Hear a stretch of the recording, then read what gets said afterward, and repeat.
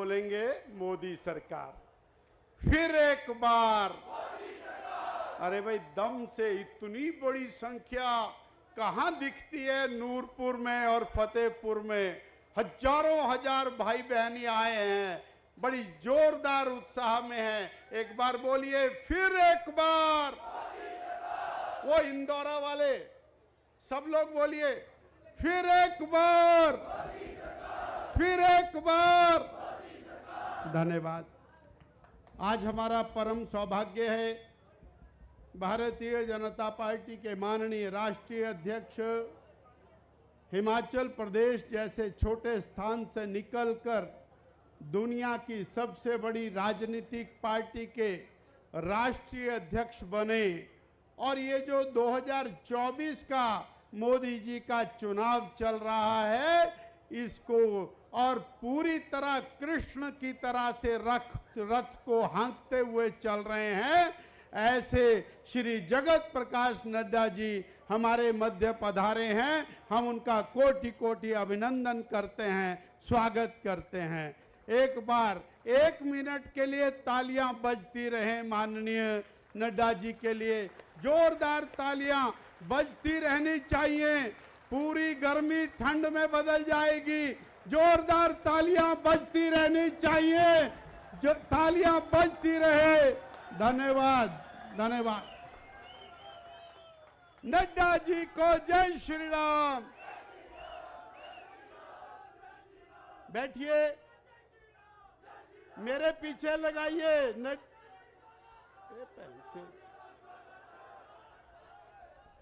बैठ। भारत माता की, भारत माता की। आदरणीय श्री अविनाश राय खन्ना जी हमारे माननीय प्रभारी, आदरणीय डॉक्टर महेश जी जो कि विशेष रूप से चुनाव में हमारी देखरेख कर रहे हैं,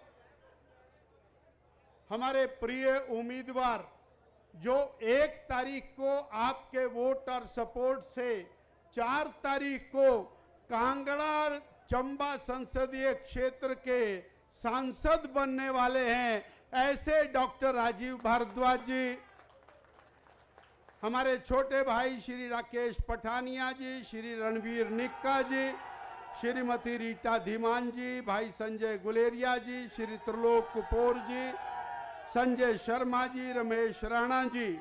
इस सारी रैली का संचालन कर रहे हमारे महामंत्री आदरणीय श्री त्रिलोक कपूर जी, भाई पवन खजूरिया जी, मंच पर विराजमान बहुत सारे मेरे नेतागण और मंच के सामने विराजमान भारतीय जनता पार्टी का नेतृत्व, आप सबको एक बार सादर प्रणाम।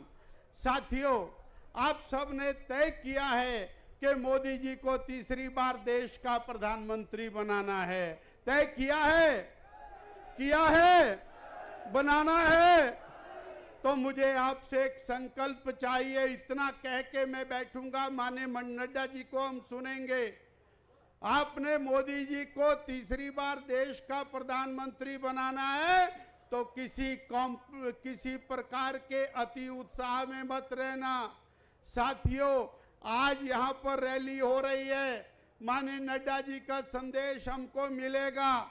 प्रदेश का अध्यक्ष हूं, इसलिए आपसे विनम्र निवेदन करता हूं, आज के बाद हम अपने अपने पोलिंग बूथ पर घर घर में जाएंगे, मोदी जी का स्टिकर लगाएंगे, राजीव भारद्वाज जी को याद कराएंगे और हमारा प्रदेश और हमारा देश मोदी जी के कारण आगे बढ़ रहा है, ये हम घर घर में पहुंचाएंगे। ये हमको आपसे वायदा चाहिए। जब आप घरों में जाएंगे तो उनको याद कराइए, पठानकोट से शिमला के लिए, पठानकोट से मंडी के लिए 4 लेन हाईवे बन रहा है, वो मोदी जी बना रहे हैं।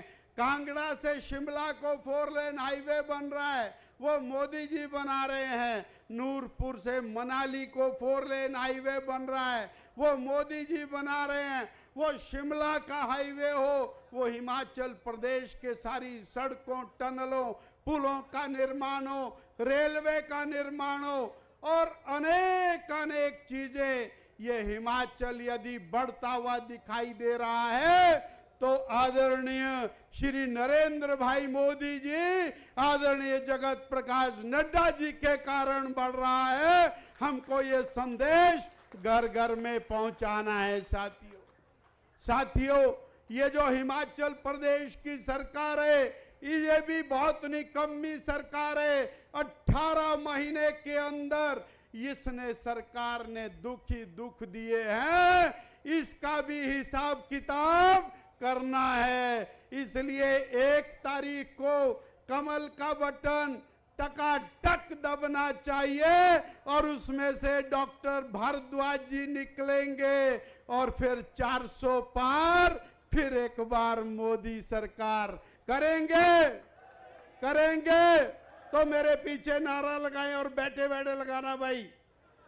फिर एक बार भाई दम से बोलो यार, अभी आ जाएगी, ठंड आएगी आपको। फिर एक बार ये पार्ली तरफ जो कपड़ा ढका हुआ है, फिर एक बार, अब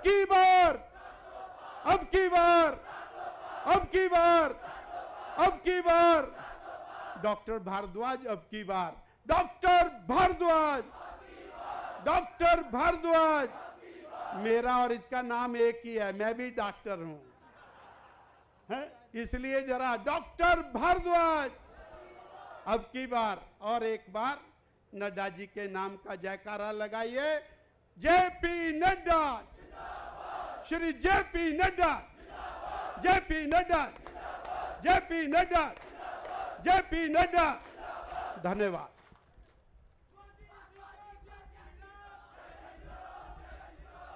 बोला भारत माता की।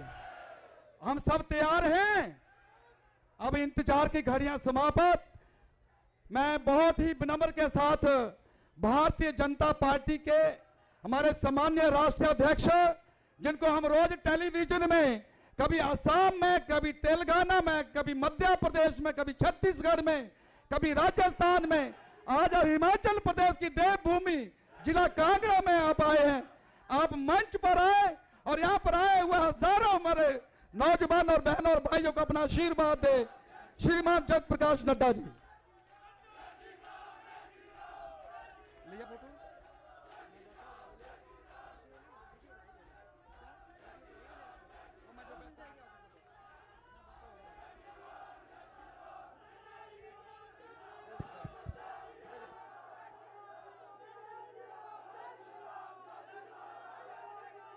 बोलिए भारत माता की, भारत माता की, भारत माता की। आज के इस विशाल जनसभा में मंच पर उपस्थित भारतीय जनता पार्टी के बहुत ही जुझारू अध्यक्ष, मेरे वरिष्ठ साथी डॉक्टर राजीव बिंदल जी, आज के कार्यक्रम में उपस्थित कांगड़ा लोकसभा के हमारे जुझारू और संवेदनशील और लोकप्रिय प्रत्याशी डॉक्टर राजीव भारद्वाज जी, संसद में मेरे साथी श्री महेश शर्मा जी, अविनाश राय खन्ना जी, हमारे बहुत ही प्रिय साथी जिनके साथ मुझे हिमाचल में काम करने का मौका मिला, श्री राकेश पठानिया जी, हमारे वरिष्ठ साथी श्री रणवीर सिंह निक्का जी, हमारे रीता धीमान जी, पूर्व विधायक संजय गुलेरिया जी, त्रिलोक कपूर जी, संजय शर्मा जी, रमेश राणा जी, हमारे पवन काजल जी कांगड़ा के विधायक, हमारे नाग जी लोकसभा के संयोजक, पवन खजूरिया जी, अजय नंदा जी, अश्विनी जी, संजय जी, दारूराम जी, राजेश काका जी, कुलदीप डोगरा जी, और यहाँ इतनी बड़ी संख्या में इतनी गर्मी में एकत्र आए देवी और सज्जनों, हमारे नौजवान साथी और मीडिया के मेरे साथी, प्रिंट मीडिया और इलेक्ट्रॉनिक मीडिया के मेरे साथी, मेरा आज ये सौभाग्य है कि मुझे आज हिमाचल देवी देवताओं की भूमि और उसमें कांगड़ा, और कांगड़ा में भी क्रांतिकारी भूमि नूरपुर में आने का सौभाग्य मिला है। यहां जो मैं वातावरण देख रहा हूं, क्योंकि ये चुनावी सभा है और मैं राजीव भारद्वाज जी के पक्ष में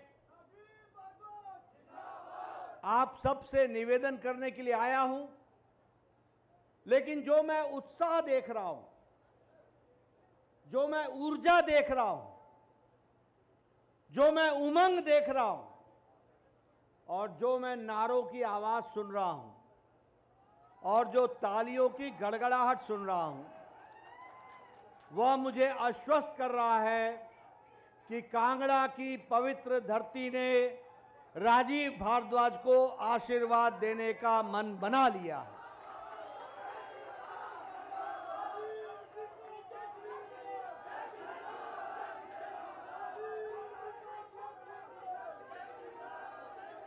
मित्रों, यह सिर्फ राजीव भारद्वाज को संसद में भेजने का ही लक्ष्य नहीं है। राजीव भारद्वाज जी के माध्यम से कांगड़ा की जनता, हिमाचल की जनता एक बड़ा संकल्प लेकर के चलना चाहती है, और वो बड़ा संकल्प है कि हम मोदी जी के नेतृत्व में विकसित भारत के संकल्प को पूरा करने का संकल्प है, जिसको हम आगे बढ़ाना चाहते हैं। और इसीलिए मोदी जी को तीसरी बार प्रधानमंत्री बनाना और उनके नेतृत्व में देश को विकसित भारत की ओर ले जाना, इस संकल्प को पूरा करने का काम हम 1 जून को करने वाले हैं। मित्रों, मुझसे पूर्व वक्ताओं ने भी सम्माननीय मोदी जी के बारे में बहुत कुछ कहा है। मैं आपसे एक ही बात कहना चाहता हूं। लंबे समय से राजनीति में रहने का सौभाग्य मिला है। हमने मोदी जी के 10 साल के नेतृत्व में भारत की राजनीति को बदलते हुए देखा है। प्रधानमंत्री मोदी जी ने भारत की राजनीति की संस्कृति, भारत की राजनीति की परिभाषा, भारत के राजनीति का चाल चरित्र, रंग ढंग, ये सब कुछ बदल डाला है और भारत को महान भारत की ओर ले जाने का रास्ता प्रशस्त किया।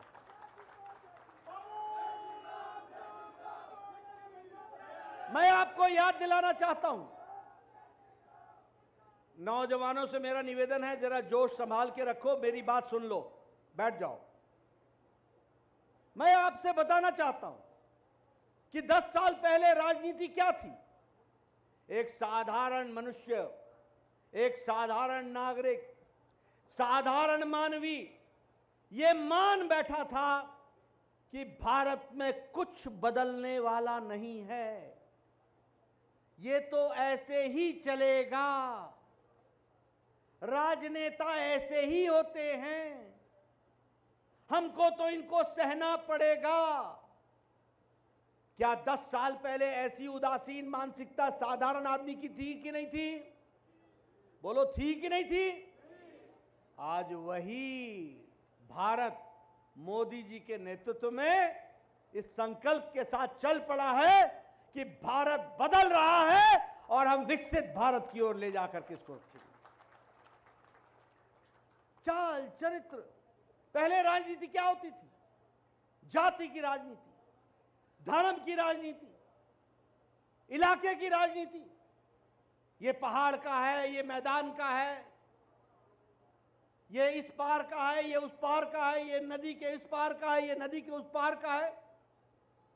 हमने 70 साल भाई को भाई से लड़ाया, धर्म को धर्म से लड़ाया, जाति को जाति से लड़ाई, इलाके को इलाके से लड़ाया। फूट करो और राज करो, यही उद्देश्य लेकर के राजनीति होती थी।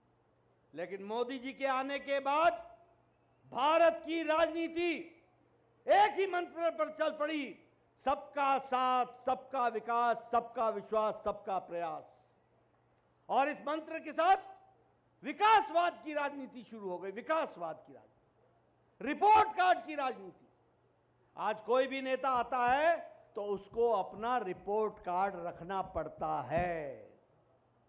आज कोई भी नेता आता है तो उसको जवाबदेही लेनी पड़ती है। एक जिम्मेवार सरकार, एक जिम्मेवार राजनीति। यह राजनीति का अंतर इसलिए आया क्योंकि मोदी जी ने भारत की राजनीति की परिभाषा, संस्कृति, रंग ढंग बदल डाली है। इस बात को हमको समझना चाहिए। मित्रों, आप और हम बड़े खुशनसीब हैं क्योंकि हमने तो लंबे समय से राजनीति देखी है। आज अमेरिका की अर्थनीति लड़खड़ा रही है, आज यूरोप की अर्थनीति डगमगा रही है, आज रशिया की अर्थनीति यूक्रेन वॉर के बाद लड़खड़ाती दिखती है। चीन पीछे जा रहा है, जापान डगमगा रहा है, लेकिन भारत मोदी जी के नेतृत्व में भारत की अर्थव्यवस्था 11वें नंबर से छलांग लगा करके 5वें नंबर पर आ जाकर के खड़ी है, 5वें नंबर। और मॉर्गन स्टैनली की रिपोर्ट बताती है कि दुनिया में अगर कहीं चमकता हुआ सितारा है, दुनिया में अगर कोई आशा की किरण है तो वो भारत है, भारत है, भारत है। और मित्रों, आपने सही फैसला लिया है राजीव भारद्वाज को चुनाव जिता के भेजना। मोदी जी को तीसरी बार प्रधानमंत्री वो बनेंगे और 3 साल के अंदर भारत अर्थव्यवस्था में दुनिया की तीसरी अर्थव्यवस्था बन जाएगा। तीसरी अर्थव्यवस्था, बोलो, तीसरी अर्थव्यवस्था बनाना है कि नहीं बनाना है? भारत को आगे ले जाना है कि नहीं ले जाना है? अगर ले जाना है तो राजीव भारद्वाज को दिल्ली भेजना है, इसकी चिंता करें। मित्रों, आपके आशीर्वाद से मुझे प्रदेश का भी स्वास्थ्य मंत्री रहने का मौका मिला और मुझे देश के भी स्वास्थ्य मंत्री बनने का मौका मिला। मैं आपको बताना चाहता हूं, अपने देश में ट्यूबरक्लोसिस की, टीबी की दवा को आने में 28 साल लग गए, 28 साल। अपने देश में टेटनस की दवा को आने में 25 से 30 साल लग गए। अपने देश में डिप्थेरिया की दवाई को आने में 25 साल लग गए और अपने देश में जापानी बुखार की दवाई को आने में 100 साल लग गए, 100 साल। लेकिन यह बदलता भारत मोदी जी के नेतृत्व में 2020 की जनवरी को पहला कोरोना का केस आया। 2020 के अप्रैल में मोदी जी ने टास्क फोर्स बैठाया और 9 महीने के अंदर एक नहीं 2-2 वैक्सीन भारत ने बना करके दी। ये भी हमने बदलता भारत देखा, ये बदलता भारत हमने देखा।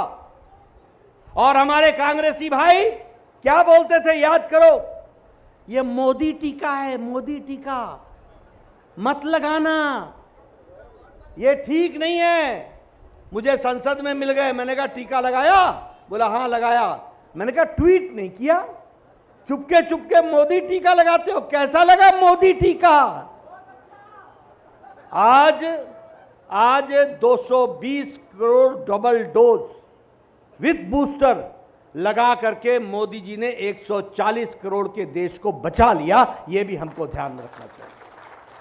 मैं ये भी आपको बताना चाहता हूं कि भारत ने 100 देशों को वैक्सीन भेजी, 100 देशों को, और 48 देशों को वैक्सीन मुफ्त में भेजी। यहां डॉक्टर साहब बैठे हैं, महेश शर्मा जी, पूछिए, मुफ्त में भेजी 48 देशों को। यानी भारत अब मोदी जी के नेतृत्व में मांगने वाला भारत नहीं है, अब देने वाला भारत है। यह परिवर्तन आ गया। आपको जानकर खुशी होगी कि दुनिया में दवाई बेचने में भारत नंबर 2 पर खड़ा है। दुनिया में सबसे सस्ती और सबसे असरदार दवा आज भारत बना रहा है। पेट्रोकेमिकल्स में हम आगे निकल गए। आज से 10 साल पहले दिवाली में जो आप गणेश भगवान खरीदते थे ना, ये गणपति बापा भी चाइना से बन के आता था। आज भारत टॉय इंडस्ट्री में दुनिया में तीसरे नंबर का एक्सपोर्टर बन गया, तीसरे नंबर का एक्सपोर्टर। आपके हाथ में मोबाइल है, सबके हाथ में। आपके मोबाइल पर 10 साल पहले लिखा होता था made in Japan, made in China, made in Taiwan, made in Korea. आज आपके मोबाइल पर लिखा है मेड इन इंडिया। यह बदलता भारत है, यह बदलता भारत है। और इसलिए मैं हमेशा यह कहूंगा कि दुनिया के मानचित्र पर आज भारत जिस तरीके से स्थापित हुआ है मोदी जी के नेतृत्व में और विकसित भारत के संकल्प को लेकर चला है, यह हमारी जिम्मेवारी बन जाती है कि हम उसको आगे बढ़ाएं। मैं यहां यह भी आपको बताना चाहूंगा, गांव, गरीब, वंचित, पीड़ित, शोषित, दलित, युवा, किसान, महिला, इनको अगर किसी ने ताकत दी है तो मोदी जी की नीतियों ने ताकत दी है। यह भी आपको ध्यान रखना। अब यह उज्ज्वला गैस की बात हमारे सब लोग करते हैं। उज्ज्वला गैस सिर्फ गैस का सिलेंडर नहीं है। मैं 1993 में एमएलए बन गया था, 1993 में। मुझे याद है मेरे गांव में उस समय बहनें 5 बजे उठा करती थी, 5 बजे जंगलों में जाया करती थी, लकड़ी काट के लाती थी, फिर चूल्हा जलाती थी। लकड़ी गीली होती थी, धुआं लगता था, फेफड़ों में धुआं जाता था, बहनों को फेफड़ों की बीमारी होती थी। मोदी जी ने महिलाओं के जीवन को सरलीकरण करके सशक्तिकरण किया। आज 10 करोड़ बहनों को गैस का सिलेंडर दे करके उनको एक ताकत देने का काम किया। छोटी घटना नहीं है। आप और हम हिमाचल में रहते हैं, हमारी बहनें सुबह सुबह उनको खुले में अपने दैनिक नित्य कर्म के लिए जाना पड़ता था। खुले में, क्या जीवन था। और संख्या मालूम है कितनी थी? 12 करोड़।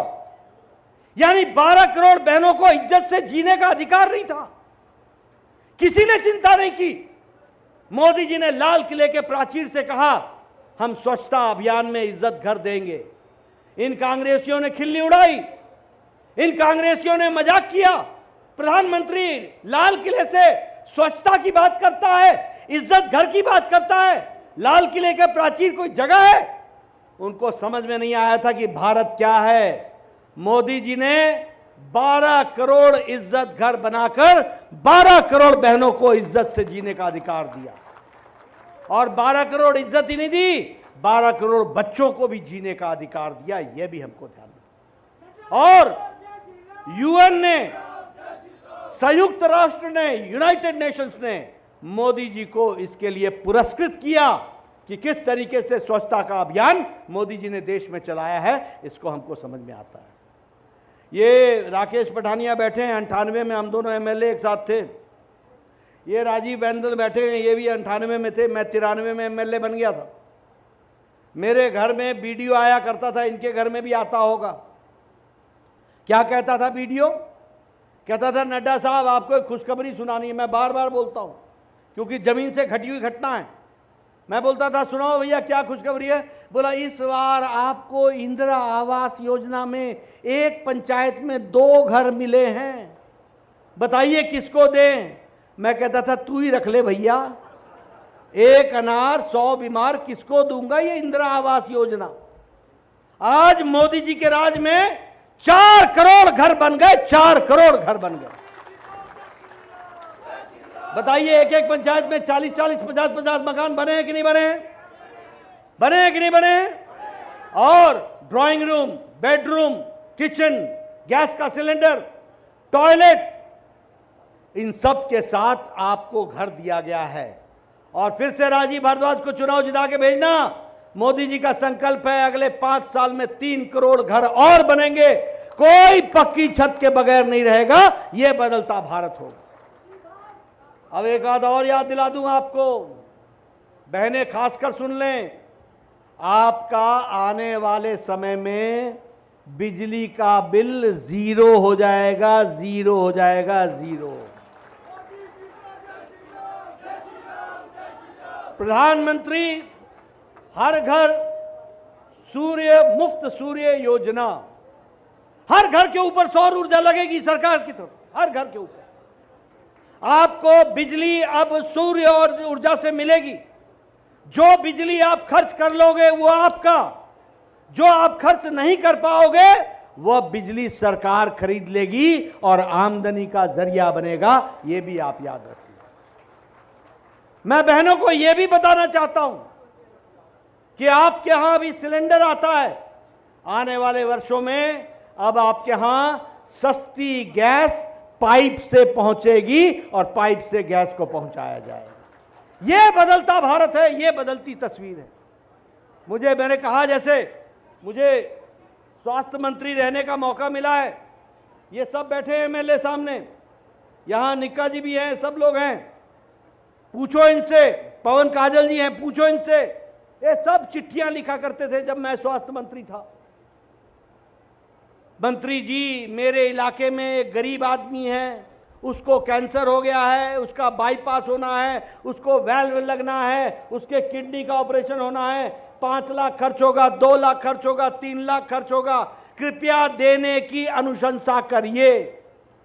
और कोई 2 मांगता था तो मैं 1 दे पाता था, कोई 1.5 मांगता था तो 75 दे पाता था, बाकी सब जनता भरोसे होता था।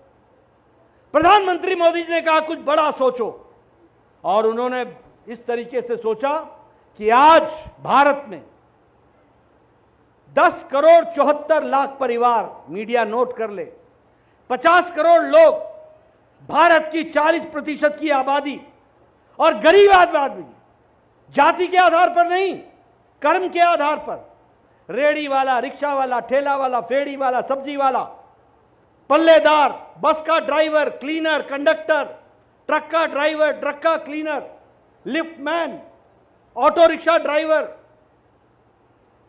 सैलून में बाल काटने वाला, कूड़ेदान से प्लास्टिक इकट्ठे करने वाला, ऐसे गरीब लोगों को प्रधानमंत्री जी ने 5 लाख रुपए का हर साल गंभीर बीमारी से लड़ने के इलाज की व्यवस्था की। और एक बात और सुन लीजिए, हमारी माताएं बहनें, राजीव भारद्वाज को चुनाव जिता के भेजना।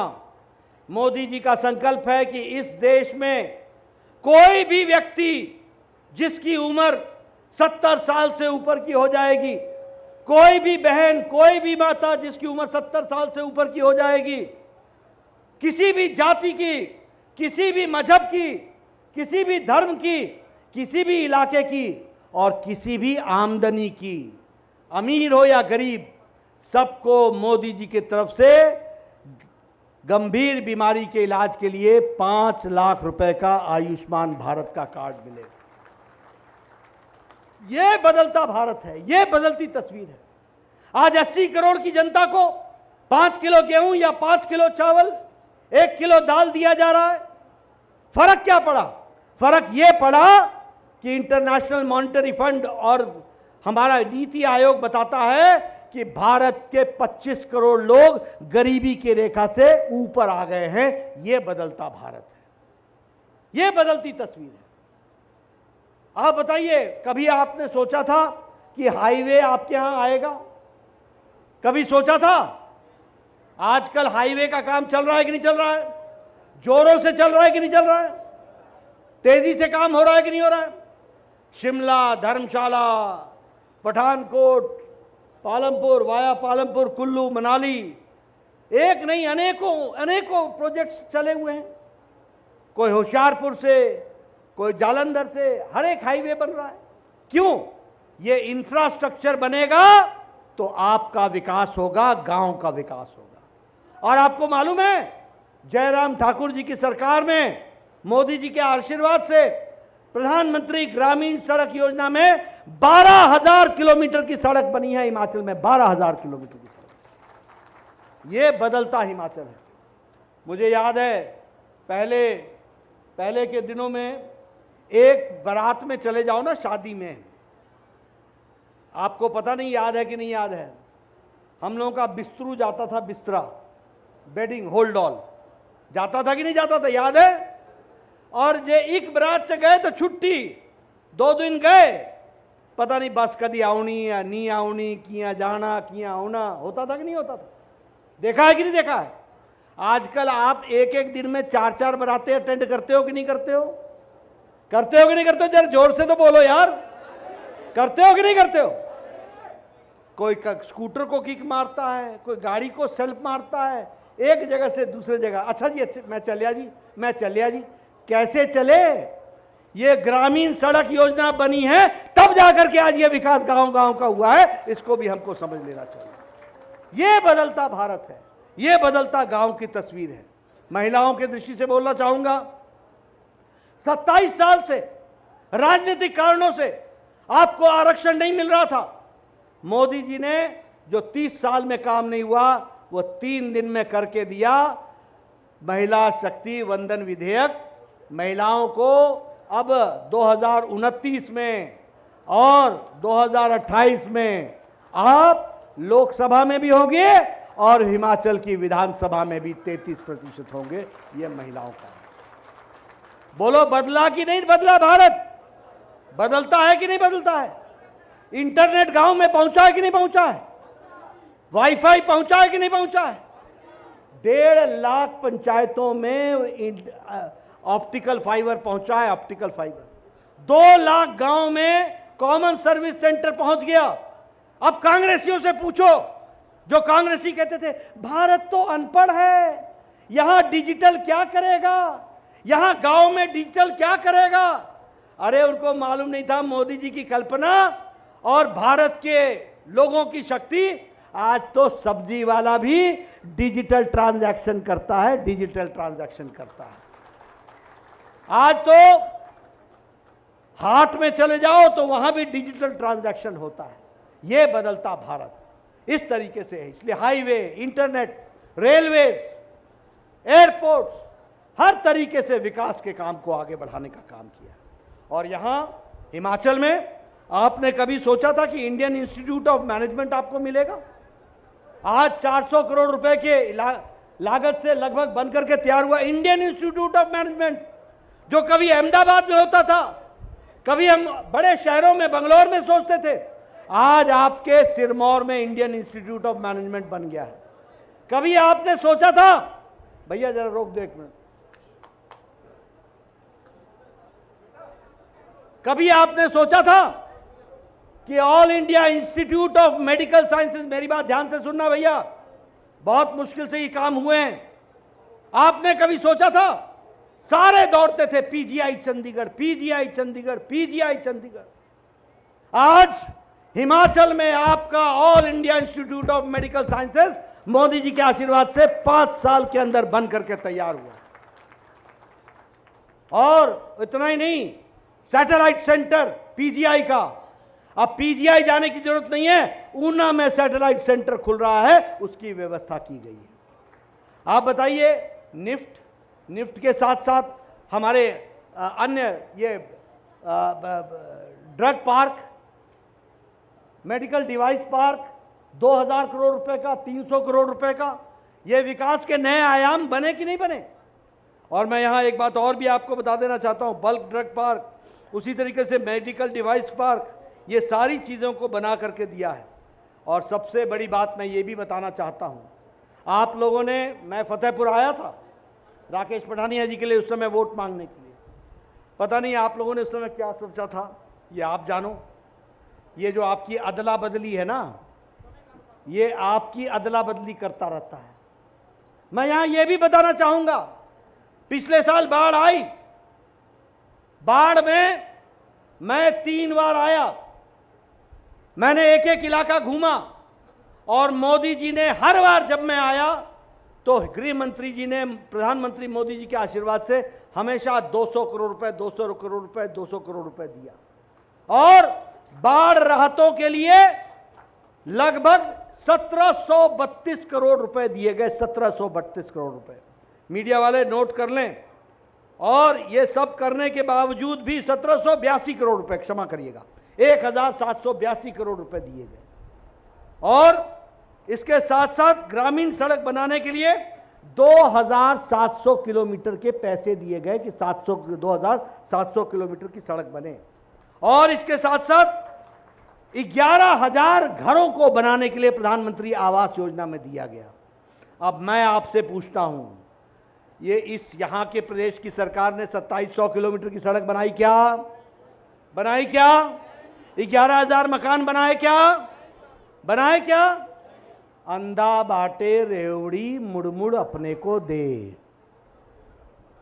कांग्रेसी बाटे रेवड़ी मुड़मुड़ अपने को दे, अपने में व्यस्त हो गए। बोलिए, ऐसी सरकार रहनी चाहिए क्या? जरा जोर से बोलो भैया, ऐसी सरकार रहनी चाहिए क्या? मित्रों, ये हिसाब किताब है। अच्छा, मैंने आपको अपने पार्टी के और अपने नेता प्रधानमंत्री जी के जो अच्छी बातें हैं सारी तो बता दी, लेकिन याद रखना, उजाले का महत्व तो तब समझ में आता है जब अंधकार की त्रासदी समझ में आए। पूर्णमासी तब अच्छी लगती है जब अमावस्या की रात याद हो। इसीलिए मैं आपको यह भी बताना चाहता हूं कि एक समय था जब हम कांग्रेस के नेतृत्व में जब सरकारें देखते थे और आज जो हम तस्वीर देख रहे हैं उसमें जो अंतर है, उसमें एक बात और समझ लीजिए कि ये जो घमंडिया गठबंधन है, ये जो इंडी अलायंस है, ये अलायंस किसी बात का अलायंस नहीं है, ये 2 बातों का अलायंस है। एक, ये सब परिवारवादी पार्टी है, नोट कर लेना मेरी बात, मैं बार बार सबको बताता हूं। ये इनको आपसे लेना देना नहीं है, इन्होंने अपने बच्चों को मुख्यमंत्री बनाना है। भैया, आप कहां घूम रहे हो? ये तो परिवार की पार्टियां, इनको तो अपने बच्चों को बनाना है। और दूसरा, मोदी जी कहते हैं भ्रष्टाचार हटाओ और ये बोलते हैं भ्रष्टाचारियों को बचाओ। एक दूसरे को बचाने के लिए कैसे आते हैं? इनकी इंडी अलायंस की गठबंधन की रैली होती है, 2 कुर्सियां खाली रखी जाती थी, उस पर लिखा होता था हेमंत सोरेन, अरविंद केजरीवाल, यानी ये एब्सेंट हैं, अभी आए हैं कुछ दिन के लिए चुनाव में, फिर जाएंगे 1 तारीख को वापस। ये भ्रष्टाचारी लोग। बोलो परिवार की पार्टी, बोलो जम्मू कश्मीर में फारूक अब्दुल्ला परिवार की पार्टी है कि नहीं है? उमर अब्दुल्ला को बनाने के लिए लगे हैं कि नहीं लगे हैं? मुफ्ती साहब महबूबा को बनाने में लगे हैं कि नहीं लगे हैं? प्रकाश सिंह बादल ने सुखबीर जी के लिए किया कि नहीं किया? चौटाला सारे परिवार के लिए लगे कि नहीं लगे? मुलायम सिंह अखिलेश को दे गए कि नहीं दे गए? अखिलेश ने डिंपल को दिया कि नहीं दिया? लालू ने राबड़ी को दिया कि नहीं दिया? राबड़ी ने तेज प्रताप को दिया कि नहीं दिया? तेजस्वी को दिया कि नहीं दिया? मीसा को दिया कि नहीं दिया? आप बताइए, ममता जी को अभिषेक ही पसंद आता है ना? आप बताइए, केसीआर को केटीआर, कविता यही पसंद आते हैं ना? और शरद पवार को भी सुप्रिया सुले ही पसंद आती है, उद्धव ठाकरे को भी आदित्य ठाकरे ही पसंद में आता है। ये सब अपने बच्चों को मुख्यमंत्री बनाने पर लगे, इनको आपसे कोई लेना देना नहीं है। ये सब परिवार की पार्टियां हैं और ये सब भ्रष्टाचारी पार्टियां हैं, सब भ्रष्टाचारी पार्टियां। मैं बार बार गिनाता हूं, बोलो सोनिया गांधी बेल पर है कि नहीं है? जरा जोर से बोलो भैया, बेल पर है कि नहीं है? राहुल गांधी बेल पर है कि नहीं है? पी चिदम्बरम बेल पर है कि नहीं है? कार्तिक चिदम्बरम बेल पर है कि नहीं है? ये केजरीवाल बेल पर है कि नहीं है? आप बताइए, ये लालू यादव बेल पर है कि नहीं है? आप बताइए, मनीष सिसोदिया जेल में है कि नहीं है? सत्येंद्र जैन जेल में है कि नहीं है? आजम खान जेल में है कि नहीं है? के कविता जेल में है कि नहीं है? ये सारे नेता या तो जेल में हैं या बेल पर हैं। ये सारे नेता, कोई इससे बचा नहीं, सब बेल और जेल। अब आप कल का नया किस्सा परसों का देख लीजिए। मुख्यमंत्री निर्भया कांड के लिए विजय चौक पर धरने पर बैठता था अरविंद केजरीवाल, आज महिला का के साथ दुर्व्यवहार होता है कहां?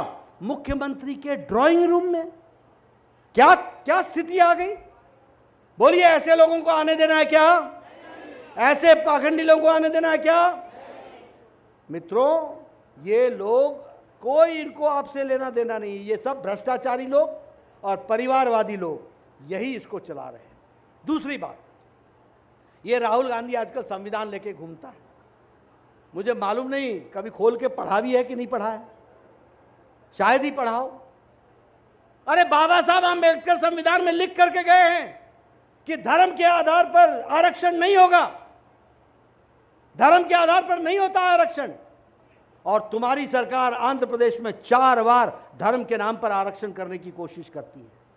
तुम्हारी सरकार कर्नाटक में पिछड़ा का आरक्षण लेकर के माइनॉरिटी को देने की कोशिश करती है, मुस्लिम भाइयों को देने की कोशिश करती है, संविधान में लिखा हुआ है। बोलिए, ऐसे लोगों को जो पिछड़ों के आरक्षण पर डाका डालते हो, दलितों के आरक्षण पर डाका डालते हो, ऐसे लोगों को आगे आने देना है क्या? आगे आने दोगे क्या? अगर नहीं आने दोगे तो एक ही रास्ता है, गांव-गांव में, घर घर में मेरा संदेश पहुंचाइए, मोदी जी की राम राम पहुंचाइए, राजीव भारद्वाज जी को चुनाव जिताइए, कांगड़ा को आगे ले जाइए और विकसित भारत में अपना योगदान कीजिए। यही आपसे मैं निवेदन करने आया हूं। मुझे पूरा विश्वास है कि आप मेरी बात को मानेंगे। इन्हीं शब्दों के साथ बहुत बहुत धन्यवाद। जय भारत, जय हिमाचल। बहुत बहुत धन्यवाद आदरणीय नड्डा जी, आपने बहुत ही विस्तार पूर्वक यहाँ पर आए हुए भाई और बहनों को अपना संदेश दिया। हम पूरी तरह विश्वास दिलाते हैं कि कांगड़ा संसदीय क्षेत्र इस बार एक नया इतिहास रचेगा। बोलो भारत माता की।